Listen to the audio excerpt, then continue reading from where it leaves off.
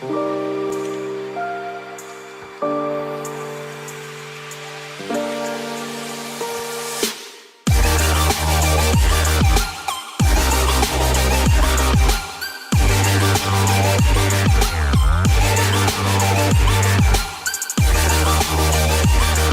and welcome everyone. I'm Muskan, your host, and your host for the podcast series The Journeys, presented by Insightner. This episode features a CHRO. Today we have with us Raj Tanwar.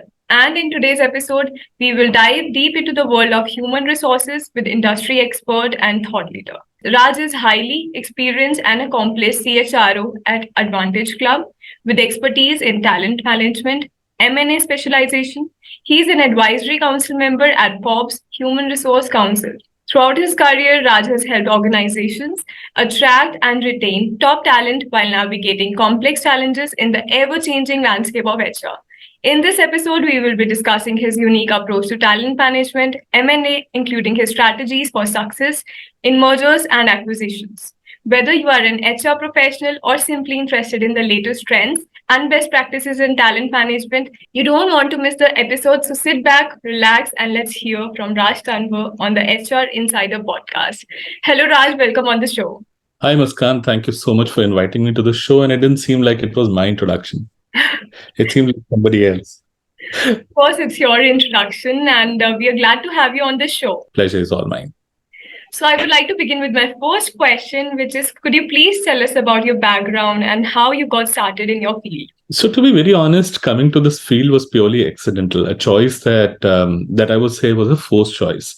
I wanted to serve Indian Army because my whole family is in Indian Army, and so did I want to do. And I cleared, in fact, by the way, my NDA, and I was all set to join forces. But then came a bad news. During my medical examination, I got to understand that I'm a flat foot, and flat foots do have a medical deformity, what they call it as. Then they don't allow you as a part of formal forces. So I realized that I'm not meant for this career. I'll have to do something else. So my objective was very clear: either serve the nation or make money. It's as simple as that. So I decided that how do I make money? And at that point of time, tech was booming. Way back, I'm talking about 2000, and when I started my college. So Y2K, we all know, and there was so much of buzz around it. At the same time, I love people. So what happened is that I studied formally. I did my graduation, which is my management graduation, because a kind of mix of both people and tech. So I did it in HR and technology, and rest all is, I'd say, history. The rest I'm in front of you, because after that I've studied a lot. But yeah, to keep it short, a little bit about my background. Forces, that's what I wanted to do. Couldn't do. That's where I am right now. But I would like to say that you're still contributing to the nation, by contributing to the GDP and helping other people. And you're a great leader. So I think you are contributing to the nation. Yes, I believe so too, that I would want to contribute in some other manner. So Raj, my next question to you is, how do you balance your personal life with your work, and what strategies do you use to maintain a healthy work-life balance? Muskan, I come from a very, very ordinary family. I come from, as I told you, I come from family of, armed forces. So discipline is something which is imbibed in us. And I would say that I'm one of the most indisciplined child you'll ever find. My rule is first break all the rules before you make rules. So I had a big tough with my father over certain things in life, because he's very disciplined. He'll get up on time, though he's made sure that all those infections get into me very fast, and it did actually. But I think what I would say is that, it starts very early in believing yourself. I would say that. And what I mean by that is that, and I learned this thing very, very beautifully from my father. He said, even if you're rebellious, doesn't matter, but be pragmatic about what you're doing. And that's what I did. So I always, first of all, practice self-care. I begin my day with, some kind of an activity which gives me mental relaxation. And if I'm doing a physical exercise, some kind of a physical relief. So first, I would say that self-care is very, very important. That's how we should begin. And as I said, hats off to my father. At that time, I didn't believe in him, but more I am now becoming experienced in my life, I fall back and I realize what he said was so true. And that's how most of the army professionals, they start their day with discipline, with get up on time, start your day early, start with something that makes you feel good. So that's how I start. Second is I prioritize my day. So when I start my office hours, I prioritize whether I'm in the car or whether I've reached office, before I take my scrum, I prioritize the task for that day. Then it's very important for me to understand what is possible to be accomplished today and what is not possible to be accomplished today. And I'll make sure that I set boundaries around it to understand that is it possible today, it's not possible. I try to push it to get it done.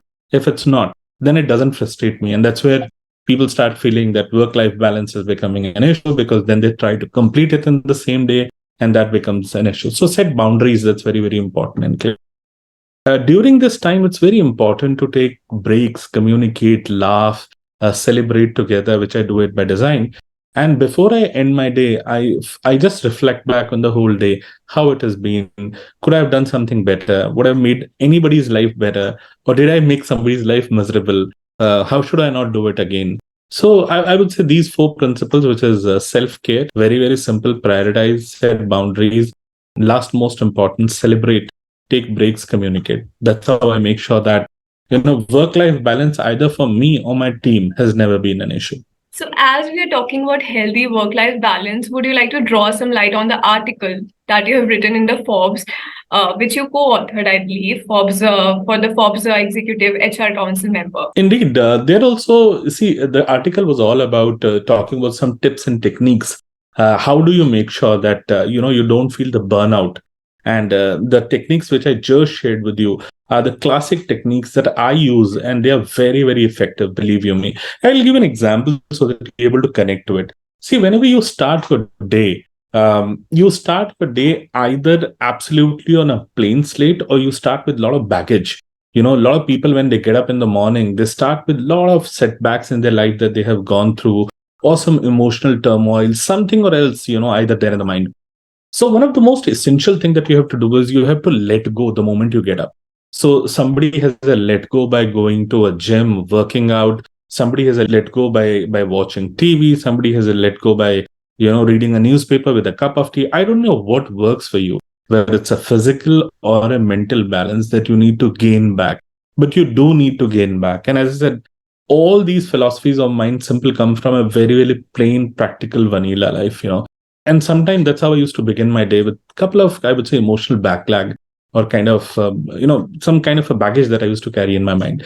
And somebody, as my father and a couple of other people who taught me this technique, that when you get up in the morning, start with a plain slate. Just forget whatever has happened in the life. Just start with what you are today, and that's where you begin from. And once you start the day from there, you understand where have you come. You look back at your life and say that it's beautiful, whatever I've achieved or whatever I'm doing, and self-appreciate yourself. It's very important. Your day starts with a very, very positive energy. And when you start your day with a positive energy, it's important to understand what is that you're going to accomplish. Because by the end of the day, even if you have accomplished 2 tasks, you will not feel that you have a work-life balance issue, because you know that you have achieved something. And when you have a sense of satisfaction and achievement, you always feel contented. The work-life balance become an issue when tasks are not completed. When you go back home, you are still carrying those tasks in your mind. And then you feel burnout. So I'd say it's very, very important. Self-care, prioritize yourself, set boundaries. It is possible today or not. Most important, celebrate during that time. That's a very great saying, Raj. So, Raj, my next question to you is, would you like to talk about your education background and those times, when you were a student? So, as I told you, Muskan, I was never a very, very extraordinary, brilliant student up till my 10th or 12th, I'd say that. Very ordinary student, a very rebellious kid, let me tell you. I'll be like one of the most naughtiest child that you would find amongst all 10, 12 kids that are around. And, study was a very, very low quotient in my top list or top priority that was there up till I would say 12th. When I actually realized that army is not the career that I'll be able to pursue, that setback that I got, that's when I got a little serious about my life, and I realized that studies are very, very important. So if I look back, then now everything is history, because I'll just go very fast. I don't want to overwhelm either you or the audiences, but I've studied a lot after that. So I did my BBA. I stood 7th in the university, after which I did my full-time MBA from Symbiosis. I'm a rank holder from Symbiosis. I did my further education from IIM Ahmedabad.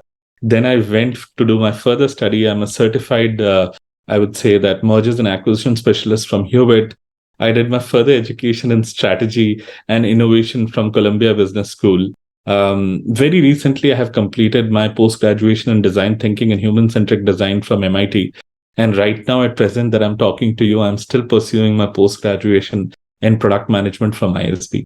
So this is just partly I have shared with you, but I've studied a lot after that because I realize it's very, very important to keep yourself updated. To stay ahead in the game, it's important that you know the game well. And that's why for me, studies became very, very important. So that's where it is. But I must say, Raj, that's commendable, that after a backlash in your life, you just grew and you just changed the path of the course. And like you were a rebellious kid and then suddenly you become a scholar. That's pretty great. Yeah, I was telling you, Muskan, it happened by design because up till 12th, I was very clear about it that I have to serve my nation. And if I have to go in forces, I don't think so. Studies are the first thing that I need to be focusing on. I was more, as I said, more towards physical education. I was more towards analytical thinking. I was doing all activities in and around me to clear my NDA. So my entire focus was that. And in India, you don't have to be the best scorer, am I right? In India, you need to be a right logical thinker. You need to be a person who will be able to take right decisions at the right time. You'll be able to communicate very clearly. You should be the best at what you're doing. So the skills which were required was something that I was looking for and I was preparing for it. But when I got a setback and I realized that, oh, this is not what I'm meant for because I have a physical deformation. And that's when my career course changed and I became very serious with studies. I think whatever you did, I hope it became a good for you. So I actually did a podcast with Colonel. So he was from Adani Group, and the way he told his stories. Now he's in the corporate industry. So you are in a corporate industry, and you are doing pretty great. So I think that worked for you. Even the backlash worked for you. Indeed, it did because I would say that it's just that I'm not serving the nation at the front, but now I'm serving the nation, being a part of the nation, but at the same time, I feel the sense of satisfaction that I have is far more greater because I'm a firm believer of whatever God does it for good. Of course. So, my next question to you is, can you share with us some of your favorite books, podcasts, or movies that have had a significant impact on your life or career? Yeah, first of all, I'm a movie buff, so any kind of movie for that matter of fact, it doesn't matter whether it's Hindi, English, whether it's Iranian, any movie, Egyptian, I'm just a movie buff. I just need to understand a movie a little bit. And if there are subtitles, I can watch any movie by the way. So that's where it is. But yeah, I love a couple of movies and my genre, the kind of movies that I love are more historic movies or mythological movies. Those are the kind of movies that I love, like Lord of Things and a couple of things like that. So that's what about movies. But as I said, for movies, there's nothing like good or bad. I like all kind of movies. So that's where it is. For book, a book which left a deep impact on me is a book called as Hit Refresh. I'm not sure if you had a chance to read. It's by Satya Nadella. And it really impacted me a lot when I realized that such a great leader, such a big achiever, but with the kind of issues that he had with his child, how he could still manage to lead the world, lead how he's led Microsoft, how he's still leading Microsoft and transforming it. Hats off. So I think I personally learned a lot as a leader from that book, and I managed to overcome my own baggage, which was telling you that sometimes it does come to my mind I could have done better. So I would say that book left a very, very deep impact on me. And if you haven't read it, I'd certainly recommend you and all the audiences to do read that book. From a profession standpoint of view, I'm in love with this guy called as Jacob Morgan, and he writes some awesome book on employees, specifically HR and tech. And one of his famous book is called as Employee Experience Advantage, and I love it. And I would say within books, because I'm a lot more into reading, I love Yuval Noah and his books like Sapiens and a couple of other books. So that kind of fiction also I love. So that's where it is. In terms of podcast, yeah, we were talking and I heard you, mentioning about Humans of Bombay. I'll watch a little more about them. But I personally love TRS by Ranveer Alabadia, and I'm a huge fan of his. His positive energy, his passion, his smile, and the way he's been able to get the maximum out of his audience. I love it. So he's somebody that I admire as a podcaster. Now the podcast career is growing a lot, so I think I will watch Allahabadia, Mr. Allahabadia. Could you please repeat the name? His name is TRS Ranveer Allahabadia. Okay, I will surely look at the channel. Indeed. In fact, he's a great guy who's doing very well in this field. Here is my next question to you. So, how has technology changed the HR landscape, and what impact do you think it will have in the future? See, to answer the question, I need at least a day. But what I'll do is I'll try to answer it in a couple of few words. When I started looking back at when HR started, how it started, I was a little lost for initial few years because there was not precise content which was available when it started and why it started. But then I started figuring it out by, exploring a little more further. So it went into 4 different phases. And the first phase was when HR began. It was utility phase when, the world immediately, just I'd say before the industrial revolution era, was trying to find out what are those utilities through which mass production is possible.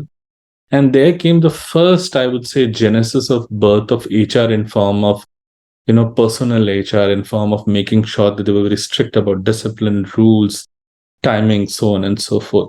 Then came the industrial era where production started happening and HR actually became a timekeeper and a welfare officer and a canteen keeper and so on and so forth. Then came the era of, I would say, early 1980s or 70s, 80s, you can say up till early 2000, where HRD became very popular because by then industrialization had already happened. People had to be reskilled for the new set of economy. The economy was opening it up for global players. So I would say that era was more built towards HR partnership, HR as an engagement partner, HR as HRD, the kind of concept came in, which is human resource development and so on and so forth. I would say early 2015 is when the concept of employee experience emerged. And today we are talking a lot more about employee experience because the genesis is as simple as that. If you want your best customers to be treated the best way, you will have to treat your employees the same way as you want them to be treating your customer. So the concept of customer experience then, as it is replicated on employee experience, and technology became a very, very important aspect. So 2015, when it was taking birth, there were, I would say, thought leaders who picked this as a concept. They started working on it. Pandemic just fast forwarded, I would say, at least 20 years of our life. And tech then now became adoptable in every phase of employee life cycle. So whether it's onboarding, whether it's retention, whether it's reward and recognition, whether for that matter of fact, well-being, performance management system, payroll, everywhere tech is there today. And that's the only way to scale, and that's the only way to provide personalized touch. So I would feel that tech is here to stay in HR, and tech is the future of HR. That's what my personal belief is. So, Raj, what do you think are some of the most important skills that HR professionals should possess in order to be successful? Muskan, it's a very deep question. I'd put it like that because what has happened, we are still teaching old HR and HR rules have changed. In pandemic, I don't know how many times we have heard that rules are rewritten now. But what are we doing? We're still reading old HR either in our books or in reality. So I think first of all, we need to break all the rules. I'm a firm believer of that. And I said it also a couple of minutes back.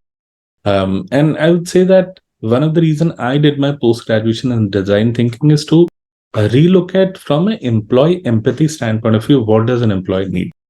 So we need to, I would say for any HR professional, it's important to study design thinking by, I would say, as a part of course curriculum. It needs to imbibe in them as a part of problem solving.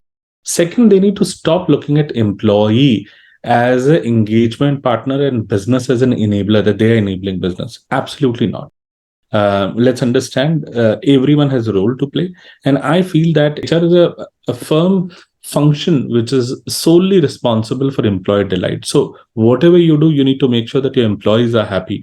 They feel cared. They feel that there is someone to support them all the time. And HR plays a very, very critical role there. I would also say HR plays a very important role in employee brand building, whether it's internally or externally.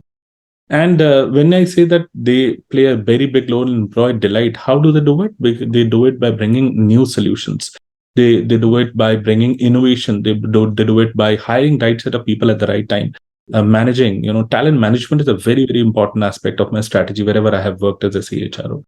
And I would say, last and most important, when you do so many things, you become actually a culture ambassador. You become a culture driver. And once a culture is set, nobody can copy the culture. It's very difficult to copy the culture. It's very easy to copy these solutions that I'm telling you. So I think a firm role of an HR leader is a culture builder, is I would say somebody who creates belongingness, focuses on diversity, inclusivity, somebody who focuses on coaching, well-being, and most important, talent management, creating a larger brand. So that's my view. So that's a great whatever you said. Okay, so Raj, my next question to you is how do you stay up to date with the latest trends and best practices in HR? See, it's very, very important to read. There's no shortcut to it. And if you can't read, listen. Listen to a podcast. We just spoke a couple of minutes back. What I do is I have been a part of Forbes. We have a quarterly meeting that happens wherein all the Forbes members globally, they come and we talk about what's happening in a arena. We have to keep, which helps me to update myself most of the time. And every week on Forbes, there are articles and contributions that all of us as members write and make sure that in the area of HR, whatever is coming new, are bringing it first to the world. So that plays a very, very critical role in my life. The second is there are, I would say, knowledge, I would say, repositories like Magster, Google, that I read very, very often. And most important, I'll tell you that, Muskan, I follow some influencers like I mentioned with, a couple of minutes back, Jacob Morgan, Josh Burson.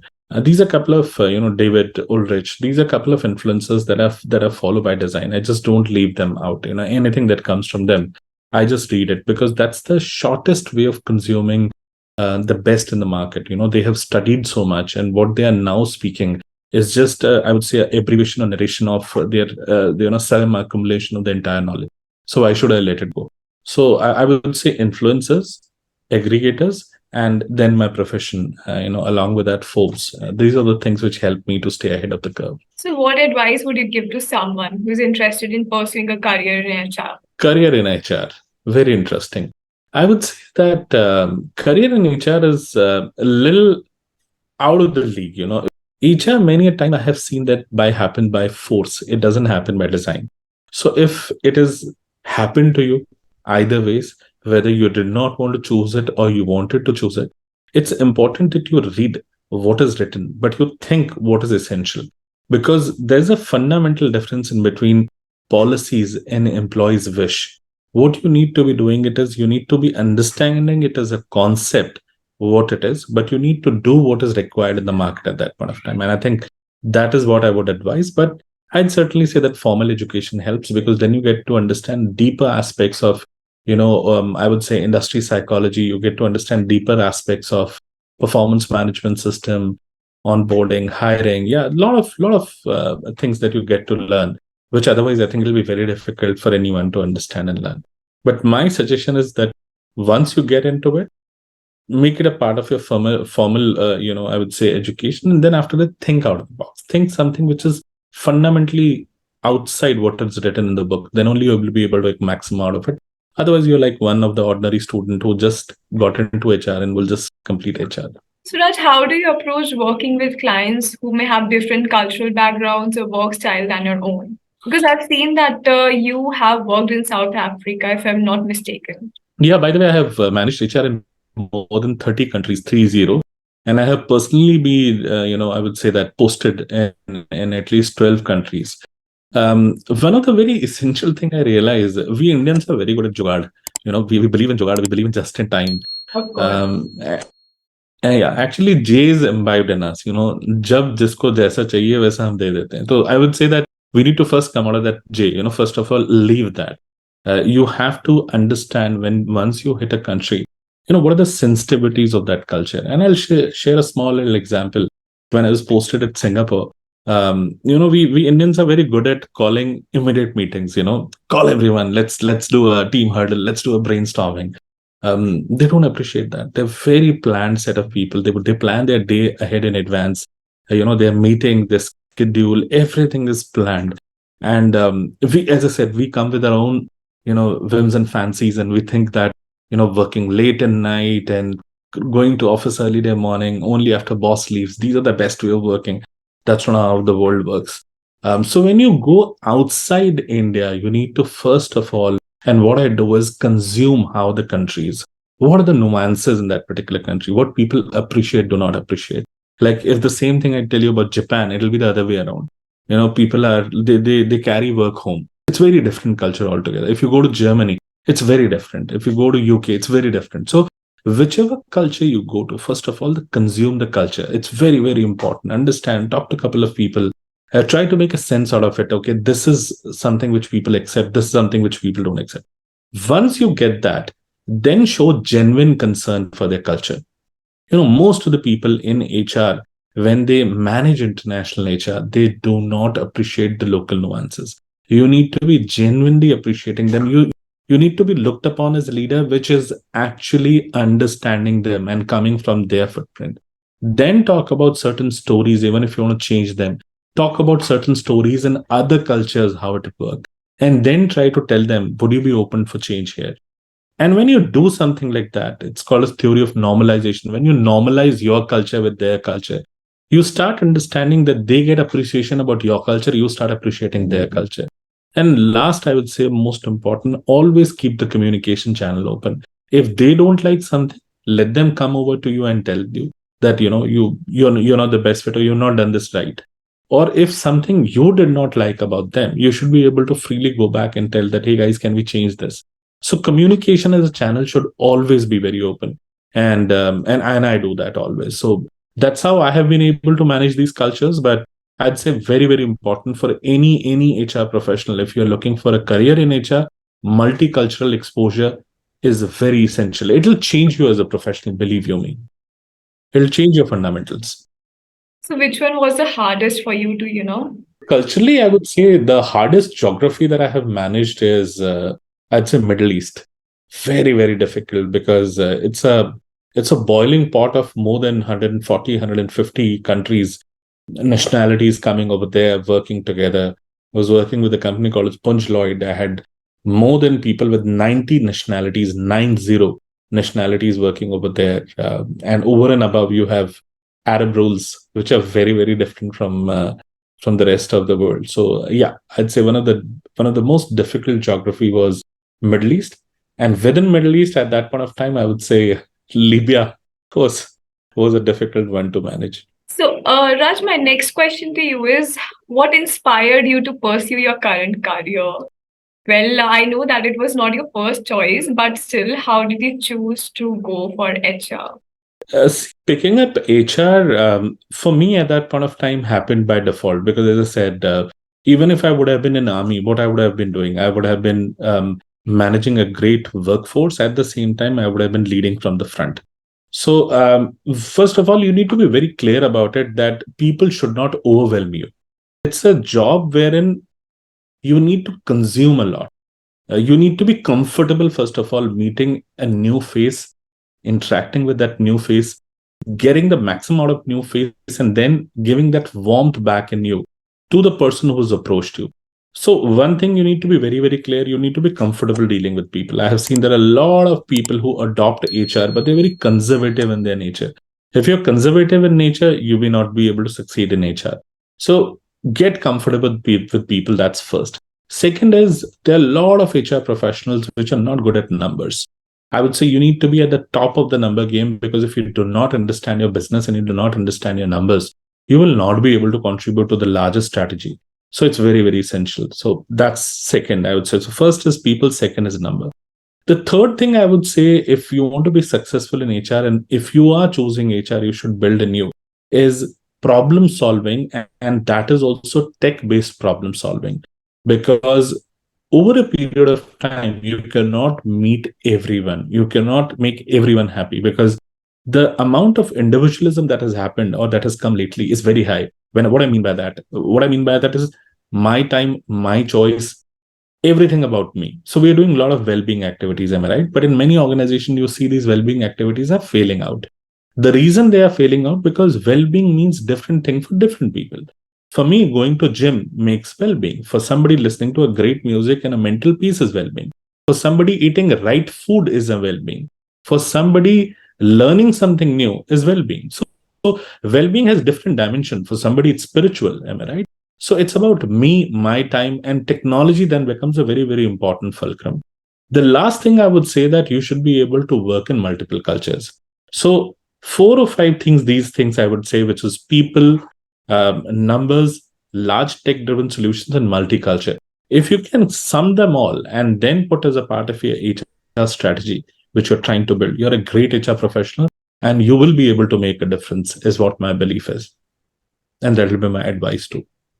So, Raj, my next question to you is how do you stay motivated and focused when working on long term projects, and what strategies do you use to overcome setbacks? See, I'm a firm believer of, as I said, Muskan, I'm a firm believer of your own thought process. And I say that motivation sometimes is within. I can't wake up a Mother Teresa or Mahatma Gandhi in someone just by speaking good words. You can motivate somebody for a moment, but for that motivation to remain for a longer time, within motivation is very, very important. So I'm not saying that you shouldn't motivate people even momentarily that you're motivating it. I'm not saying that. But what I'm saying is sustainable motivation is important. And that comes from within. So somebody can spark you, and that spark has to then convert into a fire. And to let that fire go, it has to come from within. So that's what I believe in. To make sure that that motivation persists when you work on large project, it start dimming down because what you are seeing is only ahead. You are not pausing for a minute and looking back. And I do it very often. Whenever there's a large project and it's not going right, it's not that I look at only the end goal. I also pause for a minute, celebrate, and I look at back how much far away that I have come, because that builds confidence in me. That I'm not standing at zero. From a 0 to 10 journey, I'm already standing at 5 or I'm standing at 7. So I look back and I appreciate that we have come all this way long back. And I also motivate my team at the same time, clap for everyone, do a small little motivation talk at that time if it is required, or a R&R ceremony, or whatever it is it required to celebrate that moment in which you're living. And then reset my goal, and if it is required to be changing the course correction, do it. But do not lose the focus that you have, and do not get demotivated, because once you get demotivated, it's very, very difficult to come back on track. So whenever you get tired, pause for a minute, stop, celebrate, breathe out, and then start with a fresh energy. That's how I do. So that's how I keep myself motivated. But I personally am a strong believer that motivation comes from within, and that fire has to be there within to move forward. So, I wish to ask you what are some of your long term goals or aspirations, and how do you plan to achieve them? See, I only have two long-term goals now. Long back, I had a goal to become a CHRO. I have been CHRO of four very, very large companies. Now, the present role that I'm in, I'm more of a chief strategy officer of a large HR tech platform. And I wanted to do some kind of disruption in this HR industry, and I'm very happy I'm doing it. So that was my first goal after I achieved, or after I became CHRO, that I wanted to do something beyond HR, and I'm so happy that I'm doing it. The second goal that I had is to touch many lives, and do something in which I'd be able to contribute back, which I told you, that's how I started. And at the same time, in this journey, if I make money, nothing wrong about it. But I'm being very, very clear. I wanted to do something in which is all about care, which is all about happiness, which is all about reward, which is all about recognition. And I'm living that life, because the HR tech platform right now that I'm heading, or I'm working as a part of the team, is we are called as Advantage Club, and as a partner there at the company, I'm solely responsible for giving shape to this beautiful solution, which is meant for employee engagement as an end-to-end solution. And we have a solution which is meant for every employee life cycle phase, whether it's onboarding, it's retention, it's good job done, it's well-being, it's communities, hobby club. So I often say that, and I talk to my founders, and I tell them we are in the business of delivering happiness. And what better business that you can be in, am I right? In the Right. world today where there are so many problems, if you can deliver happiness, that's the best thing that you can ever do. And I think I'm living my goal and living my dream. So that's what I want to do for the rest of my life. And maybe I want to retire from here. Okay, Raj. So I'm going to go on to my last question, which is what's your parting message to the audience? Oh, that's a very, very loaded expectation. But see, I'm a no motivational talker. As I said, I'm a very ordinary human being who's done some bit of an extraordinary work and achieved something in life. Um, I would say only simple one thing: keep walking. And whenever I get low, also I look back and as I told you, I look back. I see how much far away I have come. Long back, I read this poem sitting on my father's lap, and I'm a lot more motivated by my father. And it was a Robert Frost poem, which says that woods are lovely, dark and deep, but I have promises to keep and miles to go before I sleep. And I only say that to all the audiences: if you have a goal in your life, and you are not right now doing what goal you have set for yourself, don't be in that profession, or don't do. If you're doing it for the heck of earning money, maybe you'll be able to do it for a year or 2 years or 3 years, but ultimately you will end up quitting that. So if your heart does not lie what you're doing, or what you're into, just leave it and do what you want to do, because that's more important. That'll give you happiness, that'll give you money, that'll give you growth, that'll give you what you want. But yeah, I know a lot of people talk about it, but when I did it what I wanted to do, I only felt contented after that. Otherwise, believe you me, as I said, I was CHRO of 4 large companies. I was never happy with what I was doing. But today, I can tell you, I'm one of the happiest person on earth, living my dream and creating a disruption, because I wanted to do something back for the society. That was my larger ulterior motive. And and message again back to the audiences that do what you like. You don't like it, just stop it. You have enough and more career options. You're not living into the era that we used to live in at that point of time, where there are not too many job options available. Today you can be anyone. So just complete your dreams and wish what you have. That will be my message. Thank you so much, Raj. It has been an insightful talk about your journey, about HR, and I wish you all the luck for your miles to go. And I know that you'll do wonders in life. And I wish you all the luck and success. Thank you so much, Muskan. I really loved and enjoyed this conversation. After a long time, somebody has asked me about myself, and I reflected back on myself. Thank you so much for letting me reflect back on myself as an individual and being a part of this journey. Thank you so much, Raj. And this is Muskan, and I'm signing off.